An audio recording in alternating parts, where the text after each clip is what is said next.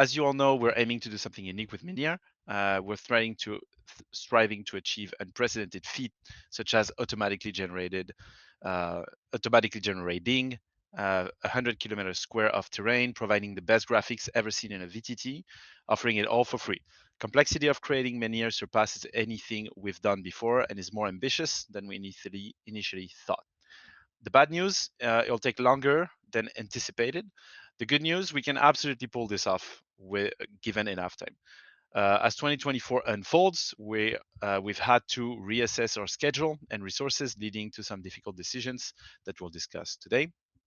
Delaying the release to 2025 for everyone was not an option for two reasons. So, one, we're gonna run out of money. So I'm gonna, you gave us some money as a Kickstarter backer, and some people continue to help us by ordering beta access and stuff. But this money is ultimately going to run out. It's not going to outpace the salaries we have to pay and all the bills. So this is out of the question. And Menyr will improve with more people playing. We'll see about that later on today too. And sharing content, so delaying will ultimately hurt Menyr. For these reasons, we'll be releasing Menyr as early access in November. So it's a little bit over 4 months from now. So yeah, early access in November, and then we go forward. We continue developing the engine, and when everything promised in the Kickstarter campaign is in the box, we will officially release Menyr as a 1.0 release. Hardest thing to discuss today is what will be delayed. So let's get this out of the way. Please note that we're talking about releasing this feature post early access, not canceling them. So procedural dungeon, houses and village, game systems and automation, codex, world map, complex events and layer system, and custom asset importer. So I'm gonna go through each of one. Different things. So procedural dungeon, houses and village is going to be post early access, but some stuff is going to come right after because it's still something that is high in our priority lists. But it doesn't mean that there's no dungeon, no houses, and no villages, right? So I'll touch base on this a little later. But the procedural part of it is going to be postponed. Game systems and automation. So it means the automation of I click on something and makes a roll with the armor and it factors in the race traits and stuff like this is going to have to be postponed too. But it doesn't mean that we're not going to have a character sheet. I'll show you after. It's in the list of things that will be available in November. It's going to be pretty basic. It's not going to be the whole game system. Codex is also going to have to be postponed. The world map, so you have the mini map right now, but you won't have the world map where you can put pins and rename your cities from there, teleport people left and right on this. So you're going to have to use your point of interest. You're going to have to look at the mini map if you want to find them. So it's halfway there, but the world map I think is a really cool feature that we want to have, and it's going to be delayed. Complex events and layer systems. So complex events is, as a GM, let's say I'm putting an area on the ground, an invisible area, and if someone steps on it, then it starts a playlist, and then it freezes all player and it shows an ambush with you have like goblins and stuff. So that's a complex event, right? It's kind of a macro. And the layer system is, let's say I have this goblin ambush. I can put all my goblins in a layer, and I rename this layer Goblin Ambush, and I can hide it. And at any point, I can just click, and it's going to show to my player. So this is really important when we're going to want to have complex DMing and to have some kind of crazy effect. And right now we're going to have to do without, but it's coming a little later. And I didn't cover custom asset importer. Good one. So custom asset importer is basically someone sculpted on Blender T-Rex, and you want to import it into Menyr. This is also going to be postponed. It's not going to be there for November. It's extremely complex to make, and so this is something that's going to come a little later. So what is going to be available in 4 months for everyone in the early access build? That's the good stuff. So 100 kilometers square of procedural maps, hand-built houses, villages, and dungeons. So like I said, the procedural part of it is not there, but in November you'll have it all. And I can even say a little bit before that, you'll have quite the assets. You'll have some new tools that we're gonna introduce, and this means that you will be able to make some houses and dungeons and villages. The only thing is not automatically. Hand building manipulation tools. So that's also something very exciting, and we have a prototype right now. So it's coming very quick in your households, and it's basically what you've seen if you've played maybe Rust, if you've played. Some people maybe are playing right now PAX D, that is a MMORPG on Unreal 5, and it's basically when you drag and drop a wall or a ground and stuff, it's going to snap to the other ones, and you have some sockets where you can snap and you can turn with your mouse wheel super fast. You can create really amazing stuff. So whoop, I did a spoiler right here. So yeah, this is the hand building manipulation tools are essential to spoilers. Whoop! Oh, some buildings over there.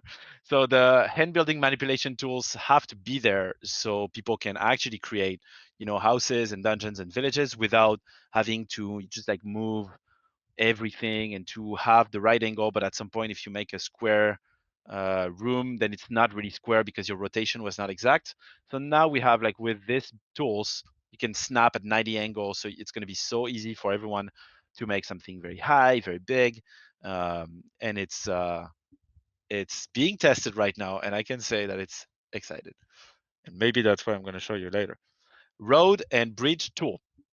So this is gonna go back. It's gonna coming back. It's gonna come back before November. I don't know exactly when. Probably during the summer. But the roads are back. And a bridge are back. And something that's going to be amazing with the roads is automatic road. So basically, if you have, let's say, 3 cities and you have a landmark. So landmarks, as a reminder for people that just dropped into the project not long ago or don't remember, is a category for stuff that is interesting in your world, but is not necessarily a settlement. So, for example, you have an abandoned witch house in the middle of the forest. You have, a stone hedge style cemetery. You can have a lighthouse. You can have a mysterious dead skeleton on a tree trunk, like small things, big things. But this is just a landmark, right? And we're gonna have a system that where you can actually select village 1, village 2, city 1, landmark 1, 2, 3, and this once you click generate automatic roads, and it's gonna join all of this with roads, and it will recognize a big city. Will have like big roads where you can have carriages and stuff. But if it's a small hut in the forest, it's gonna be a dirt path in the forest. Community sharing marketplace. This is going to be in for early access in November. So basically, if you do something, whether it's a map, whether it's a prefab, I'll talk about that later on.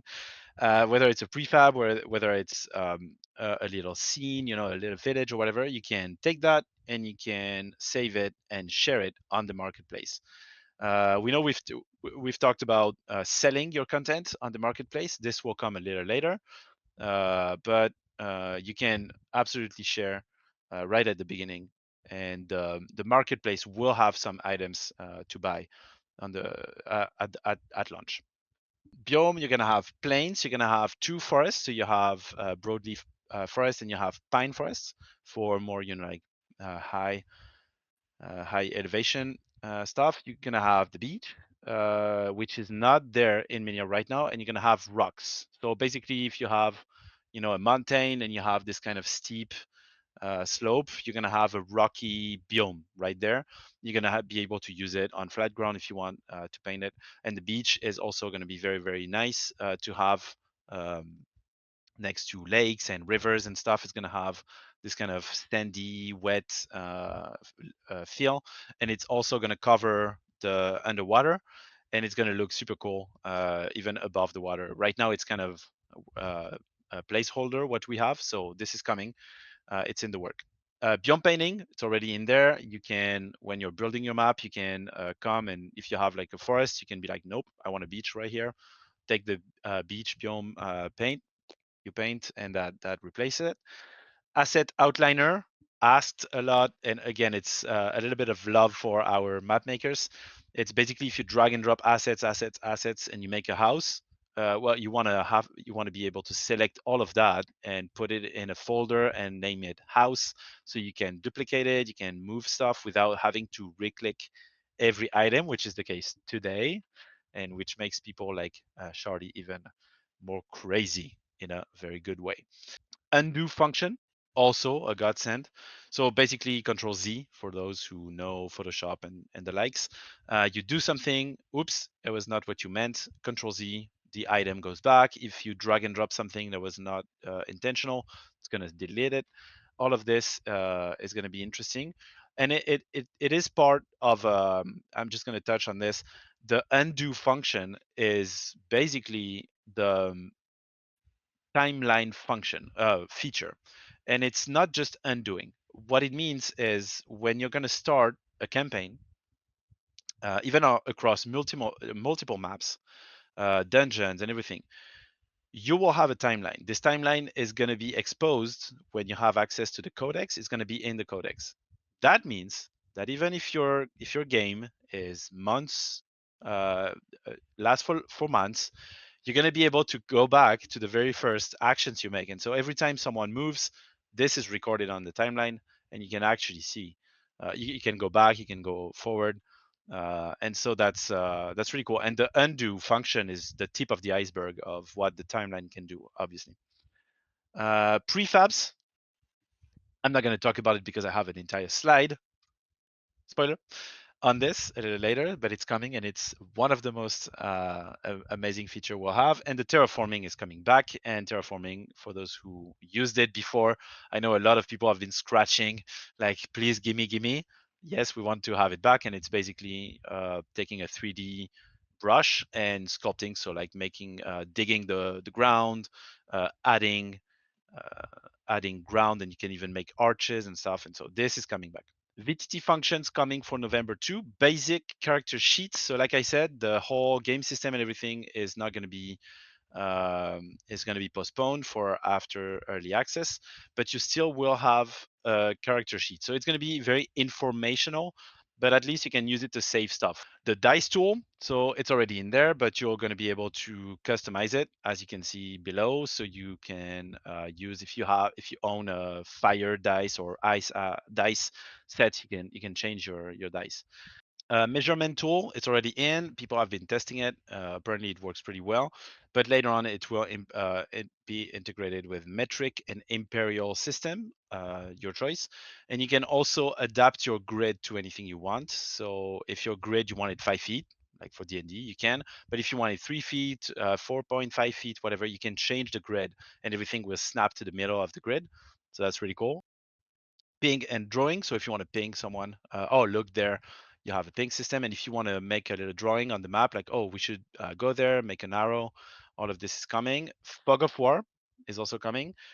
And Fog of War, we have 2 states, undiscovered and discovered. So if you know a little bit of, Baldur's Gate and all the Divinity series and most of us STRs, strategic, like StarCraft and everything.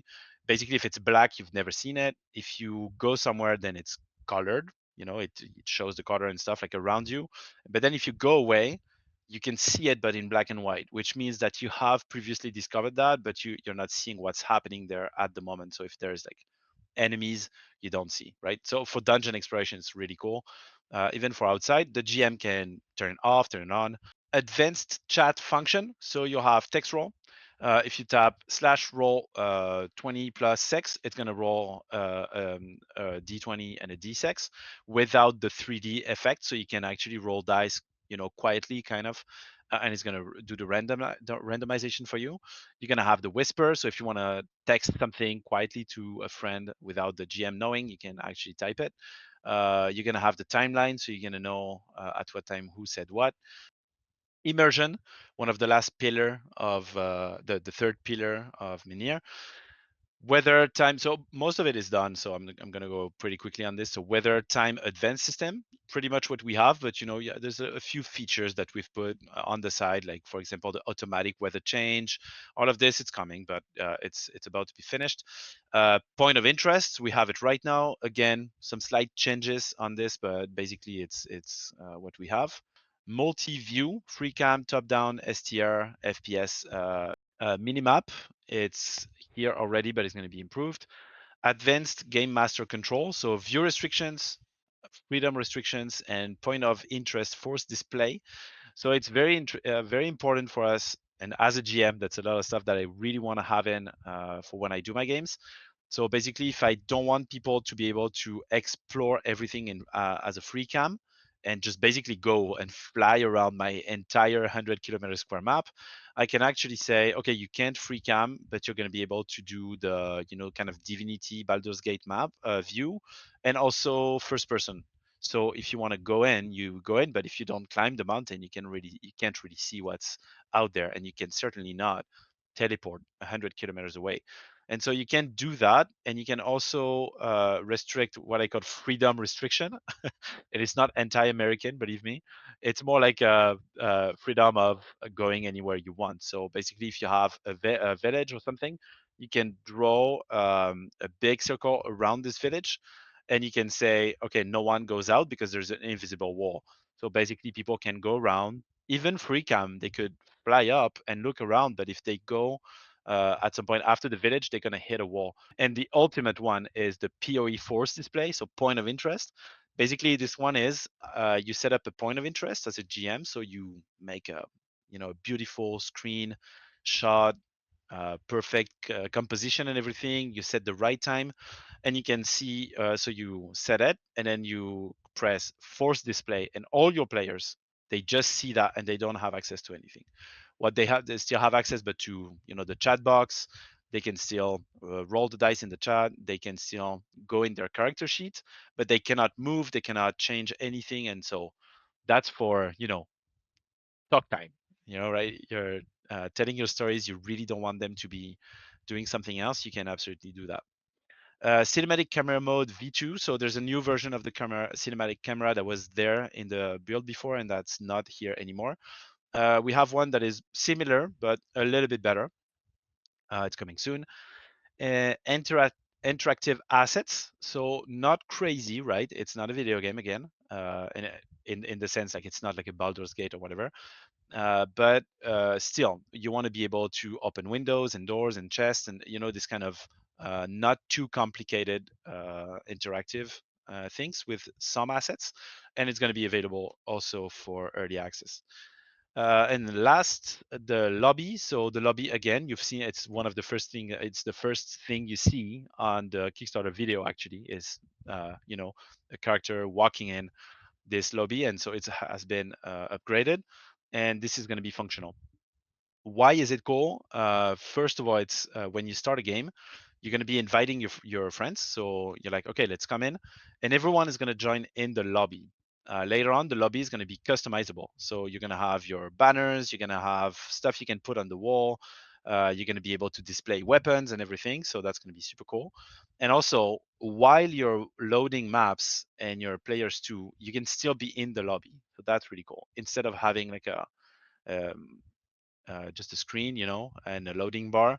It's really going to be loading. So it can take a long time sometimes because, for example, you have like a lot of custom assets that you've put in your map. And so you have all your players need to download it. So you're going to be able to invite your friends and you're going to be already in game and stuff. So that's pretty cool.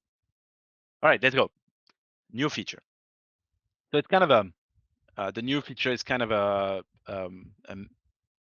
morph of a feature we already wanted.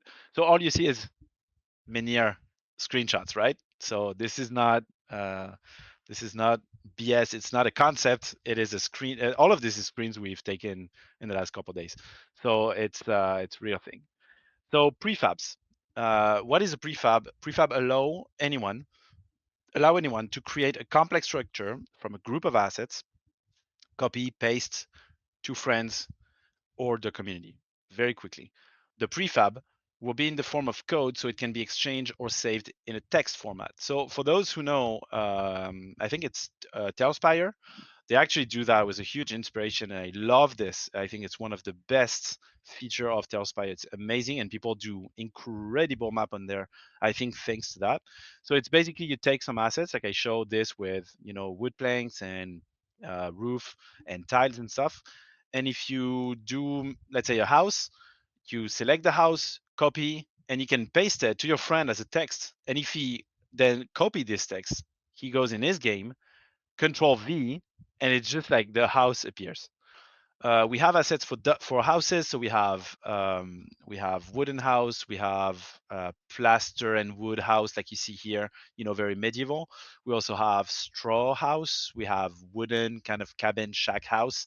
So that's what we have right now, and we have multiple assets, for balconies and railing and stairs and chimneys and everything like this. And we also have wooden tiling for the roof, and we have hay roof, and so all of that, and it's coming quick, right? So it's really coming very soon. And we also have dungeons. So I wanted to show you here on the right. This is all dungeon assets that are going to be available for all of you, and it's also included into the building tool. So it's all snappable, right? So wall, you take another wall, or you could take even this wall and you press Alt to duplicate, and boom, it snaps to the wall in itself. So there's going to be a difference between prefab and what we call assembly. So right now, if you do a prefab, for example, you do a prefab of a house, you're going to have, let's say, 100 asset, and you copy, paste, and you paste it to someone. But with the assembly tool, you can assemble stuff. So let's say I'm assembling this house that you see in the middle of my screen. And you do this house, but this house, you really don't want to touch it, right? There's nothing else you want to do with it. And you want to improve the you want to optimize your map, you can assemble it, and so it's gonna basically rigidify it. It's not editable anymore, but then it's one asset. It's not like 100 assets, because if you do uh, take a prefab and you click on one wall, you can still take this wall and take it off. But if you assemble a house, then it's one asset. And in terms of performance, it's vastly superior. Another thing that is going to be that's going to make the assembly amazing, and hear me out, you're gonna lose it. How do you say you're gonna lose your socks? It's gonna blow your socks off or something. Is that if you have an assembly, for example, you have a house. The house you see here, I have it as an assembly, and I'm like, okay, I really like this house. And when I generate a village, I have the houses that are offered by Nog, but I don't have this house. If it's a prefab, you can't do anything else than just paste it in your map and move it around once, and then that's it. But if you have an assembly, you can say, okay, I want this assembly to be included in the village generator. And so you can go on the marketplace and be like, what did people do? This one and this one and oh, this one and this one. And then you're like, boom, and you generate. And it's the same for dungeons. So that's why, again, community is going to make this engine. We're going to do as much as we can. We're not saying like, oh, we're lazy, but we really want to prefer to work hard on the tools in the engine, and to leave the actual map making and asset making to the community. So we're always going to do more and more all the time, but I think it would really shine as a project, as a community project. I mean, we've started as a Kickstarter and stuff, so it's absolutely a community project. It would really shine if we focus on engine and tools, and you focus on making the amazing stuff, right? Will we be able to do small maps? Yes, absolutely. It's something that's coming soon too. It's at the beginning when you do create map, you're going to be able to select the climate. So that's for a little bit for later. But if you say desertic, you're going to generate just desert, sand, whatever. If you put climate tropical, it's going to do jungle. But if you do right now, we're focusing on one that is the most complex and most kind of uh, basic. It's the plains and mountains and forests, and this is a climate. And you also choose the size, right? So if you put the biggest is 100 kilometers square, but you'll have 50, 10. You're gonna have like small bottom maps like We're gonna change how the background acts, and it's gonna be height map based. It's gonna look amazing. It's gonna be a lot better. And oh yeah, you know the what we call the vista. It's everything that is outside the sandbox. Sandbox is the square where you can actually move stuff and play. Everything outside we call the vista. And this vista right now kind of it looks okay when you're far away, but if you look at it, it's kind of not too cool. It's going to be improved vastly. And second things, you're going to be able to rotate it and you're going to be able to pan it, right? Offset. So that's going to be really cool. And you're going to have some Vista that have a coastline. That's going to be asked a lot. And of course, so if you have a coastline, you're going to be able to rotate and move the coastline. So you're going to have the ability to make a port city and stuff. All right, one more thing that we wanted to show you. So we rarely communicate on Nog Studio itself. You know, Nog Studio is the company that is making Menyr for the reminder, doing again amazing mugs, right? I know you're all jealous. Uh, and so we wanted to take a few minutes to do so today. Our outsourcing operations are going strong and still growing year to year for the past 5 years. It's still going strong. You know, it's half the operation of Nog is Menyr, and the other half is the outsourcing. Our work led to the release of a few titles, but both in the AAA and AAA and AA sector last year. We're also working on new unannounced titles because of NDA, so I'm not going to talk about that today.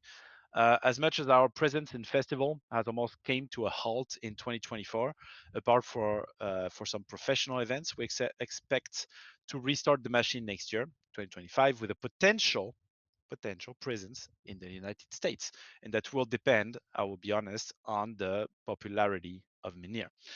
And so, yeah, we're very proud, and we have a studio reel that we really want to share with you guys. It was a work of love. All of this been years of work, and I want to again. I think I do it almost every stream, but this time, even people that in the company don't work on Menyr, I want to thank you guys. You're doing an amazing job. I'm very proud of everything that's been done, and it's also the reason why Menyr is standing today. All right, enjoy.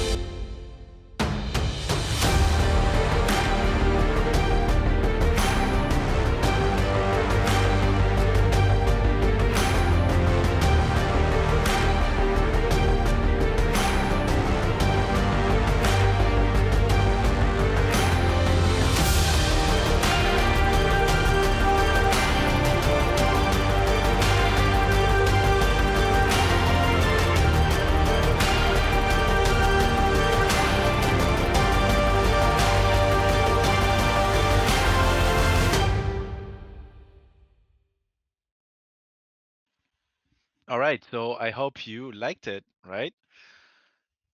Impressive, nice. Thank you guys. It means a lot. We're talking about Menyr all the time. I mean, like we're on the Menyr Discord channel, right? So, but yeah, we wanted to show you a little bit. So maybe people were not aware, but so we've worked on this. So if you can see at the bottom right of the screen, it shows what we've been doing on it. So obviously, it's not all aspects. When we've worked on Kenai, was on cinematic lighting, for example. When we've been working on Payday, it was lighting and environment and stuff. So yeah, our sourcing operations are really focused on environment and lighting, cinematic lighting, technical art, and stuff like this. Will we be able to make our own rules, right?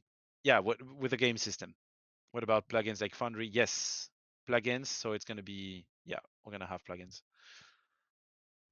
Yeah. So we don't know exactly. We're gonna try to talk with the big players, with other coast and Paizo of on the rules and what's possible, what's not possible.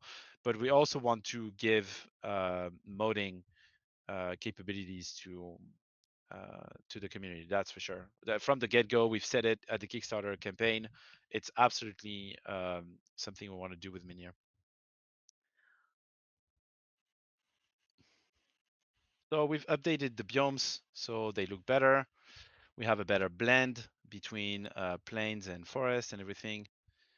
And as you will see, you can now see the forest from very far.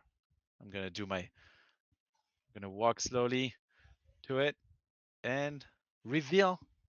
I don't know if it's a very beautiful map. I didn't spend much time. I just like click once on generate. Oh yeah, look at that. A little bit more than before, right? So now you see far. Now we're talking. So it's not final, right? But it is different, right? The sense of scale, like I told you about, right? I think it looks a lot better. I mean, we all do in the team. We're like, whoa, that's something else, right? But look at that. Look at that. I mean, that's crazy, right? And you see the map. This is all playable map. And this now looks really bigger than what was before, um, I believe. I really think it looks way better. And now I will show you that quickly. So I was just building something. So basically what you'll have is in your toolbox, you will have architecture and the ground asset. So now you can, I'm going to show you from the beginning.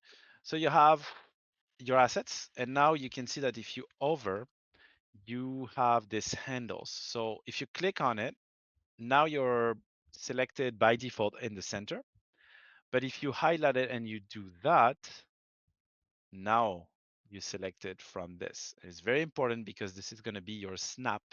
So if I take now this ball, you see that it's going to snap from that. And so now it's part of the bugs. It snapped in the back, but if I use the mouse wheel, it should rotate, and it's not doing it because of course, it wants to annoy me. Oh yes, it does. And so I just snapped this, and it's not even on the grid, right? So I don't know if I have the grid available, but if I, as you have seen, I can drag and drop something here. It's going to face me, right? And now it doesn't have to be aligned with the house on the left, because I can take this and I can click on Alt. I'm going to paste it here, and I'm going to select this, and I'm going to snap it here. Up, and that's it. So what I don't have right now, which makes it very long, I don't have select, control select, and if I duplicate, it's not gonna push my two assets. So that, I'm not gonna show you that, but yeah, basically you have that, and you want to add some walls, for example. Oh, so yeah, and later on you're gonna be able to drag and drop and aim for one of these sockets, and it's gonna snap instantly to the socket. It's not in. It's a work in progress feature. As you can see, it's kind of very laggy, and all of this is gonna go away. Then up, when you aim at the right thing, it does that. Then you also have so this is incremental. So if you duplicate and you have this kind of incremental thing, it's gonna jump in little chunks. But if you deselect it, then oh, made a mistake. You see that I'm just gonna slide, right? But if I do click on the incremental, then it's gonna do the steps, and so I can actually kind of free build with that. And so yeah, and as you can see, I was playing around a little earlier, and you have this house that I was making, and you have all the inside and the plaster walls and stuff. Sorry if you're here. I have my my kid that is going a little crazy.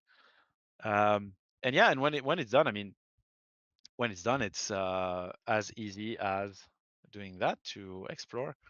And imagine, like, I do that and I select it, and then I'm like Control C, Control V. I send it to you in the chat, and you can actually play it. And you go with your character, you control, and you can just go around. If you don't see enough, you can go and hop and put a torch and dynamic lighting. Everything is real time, instantaneous, and voila. So it's also not clearing the grass and everything right now, but it's something we're gonna do. And yeah, I wanted to show you that for a couple minutes, but it's really cool. If people like Shardy are still in the chat, I'm sure they're pretty excited about that. Imagine that everything is black around, and so you have a dungeon. So you have it's again it's a little test build, but what's cool is you can go inside when you have dungeons. Well, you can close the ceiling, so you have this mode where you see like this, and you can hover above your dungeon, but you can also get in, use your 3D tokens and everything, and we have everything is planned for having closed ceilings, right? Um, so yeah, we have. I'm showing you around a little bit, but we have all these assets. Most of it are already in the game, right? So